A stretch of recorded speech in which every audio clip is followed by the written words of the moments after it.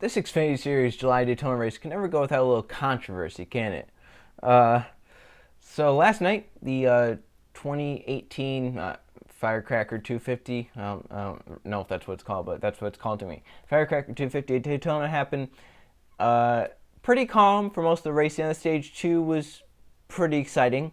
They kind of got calmed down stage 3, and then the big one happened, and then another crash happened, and then another crash happened. And then on a restart, overtime, Sadler and Larson are rubbing, coming to the checkered flag, and Justin Haley makes a three-eyed move on the bottom lane, does a Ron Bouchard, and crosses the line first to win at Daytona. The problem? Close on the yellow line. So, big controversy, and NASCAR enforced the rules. They penalized Haley for going below the yellow line. Larson, who was second, was given the race victory. Man, it's a close call for sure. It's really close, and no matter what they would have done, they would have caught flack for either way. They penalized Haley. They're going to get yelled at for taking a win because of that. They don't penalize Haley. They're inconsistent in their rulings. So they penalized him, gave the win to Larson, and that was it. In my mind, I think they did the right thing. Like, I can't be 100% sure on that. Like, it all depends on what they say passing below the line is and what below the line is. Because, I mean, like, he was on the line when he was passing, then he was below the line after he was passed, but his car wasn't passed. I don't know if that counts as a pass or not. Like, it's all weird. I don't really know. Like, it's one of those, like, rules where it's a judgment-based call. You have those in every sport all the time. And this, obviously, NASCAR's the yellow line rule. In football, was it a catch or not? Baseball, balls and strikes. Basketball, all those technical fouls and all that. Avoidable contact in F1. Every sport's going to have rules like that. And, it's going to happen in sports. It sucks that it happened, how it did. And it sucks with how close he was, too. Like, it's not like he was all the way below the line. He was just a little bit below the line. But once again, in sports, out of bounds is out of bounds no matter what. In football, if you put an inch of your foot out of bounds, you can't say, well, it's only an inch of my foot. You're out of bounds no matter what. I mean, in racing, it's the same thing. Well, obviously, in NASCAR, it's the same thing. If you go out of bounds, you're out of bounds no matter how far it is. You could be an inch out of bounds, and it's out of bounds because that's how out of bounds works. You can't go there. That's why it's out of bounds. And the reason it's out of bounds, here's like 3 or 4 clips of why it's out of bounds. Tell me if we should have a yellow line rule after you see this. And Richard Childress racing. Look at this mess. Yeah, and a stroke. Oh, man. It did work. I thought it was going to be a crash. Holding outside, and Stewart and Skinner almost getting together. Oh, they're in the grass. Oh, here goes Skinner across in front of all these cars. Yes, Eccleston kept going to the ball.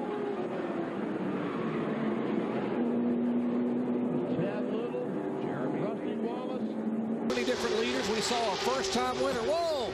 He is on the grass. He really was on the grass, folks. Oh, Earnhardt loose. They'll see you out on the inside, but he's getting the back end. He's on the apron of the racetrack, Ned. He saves the race car up almost against bottom of the body. So, yeah, after that race, I've been seeing a lot of people say, let's just get rid of that yellow line rule altogether. We should not. Because what we saw there, the big crash with cars going into the grass, and that caused the big crash, that's dangerous in of itself. And now it would be even more dangerous. Someone blocks someone into the grass, you're going to go flying backwards through the air because of the splitter. You're going to destroy that splitter and do a backflip down the backstretch at Daytona and Talladega. And that's not something we need in NASCAR. We don't need a splitter destroying a car because you can go below the yellow line now. We saw Jeff Gordon win the Daytona 500 by going below the yellow line in 1999. Completely unsafe because if you saw, there was a lap car ahead of Gordon. And if he didn't come up, he would have nailed that lap car and probably, something would have happened, something bad. He would have nailed him at 190 miles an hour, which would have been completely unsafe. And he's lucky that Wallace even gave him the room to come up because Rusty would not normally the type of person to give people room. He's lucky Wallace gave him the room. We saw in the Winston 500, Matt Kenseth went into the grass on the backstretch. He somehow saved the car, but with the splitter, when I mentioned with the splitter, that car would be destroyed now. And Dale Jr. at the white flag lap was down on the apron going into turn 1. Luckily got the car slowed down enough, but that could have been disastrous. In fact, in his book, what was it, Driver Number 8, he mentioned the experience as, I thought I was going to flip over when I was coming back up the banking. So I mean, like, that's pretty, why do I have yellow line rule? That's why, because of driver safety. And I mean, it has caused wrecks before too, drivers just holding their line. Like, it caused Edwards flying into the catch fence. But I mean, otherwise it would have caused a wreck too with Keselowski going into the grass and, flipping through the infield grass. So I mean, there's two sides to the argument. And I honestly think the yellow line rule should stay just because of driver safety. I would not want to see my driver go down in a dirty apron, a slippery apron, to try and make a pass and then get forced in the grass and have their splitter destroyed because of it. I mean, it's pretty dangerous, all this stuff that they do without the yellow line back in 90s and early 2000s. But, yeah, so, I mean, they enforce the rule. I mean, it's pretty close. Both sides do have an argument to it. You could say Haley went down there, he wasn't forced, he went down there his own accord and he passed. Or you could say, he was ahead and he went below the line when he was ahead. So, I mean, it's something, it's a little controversy. This July Daytona Xfinity race always has some controversy, it seems like. So, some more controversy for it, but it was still a good finish either way. Either way, it would have been a cool finish. If Haley won and he made that through-eyed pass, either way, it's a cool finish because, once again, 4,000ths of a second, or 7,000, something like that Larson beat Sadler out. So, I mean, it was a close race once again, and Sadler once again finished his second in a photo finish at Daytona. Second time this season. I believe it's the fourth time he's finished runner-up at Daytona without a victory. And he might never be able to get that victory because he might not return to the Xfinity Series next season if he does not have sponsorship. So that's my take on the whole thing. Enforce the rules how you should be enforcing them. If you go out of bounds and you pass someone, obviously enforce it because, out of bounds is out of bounds.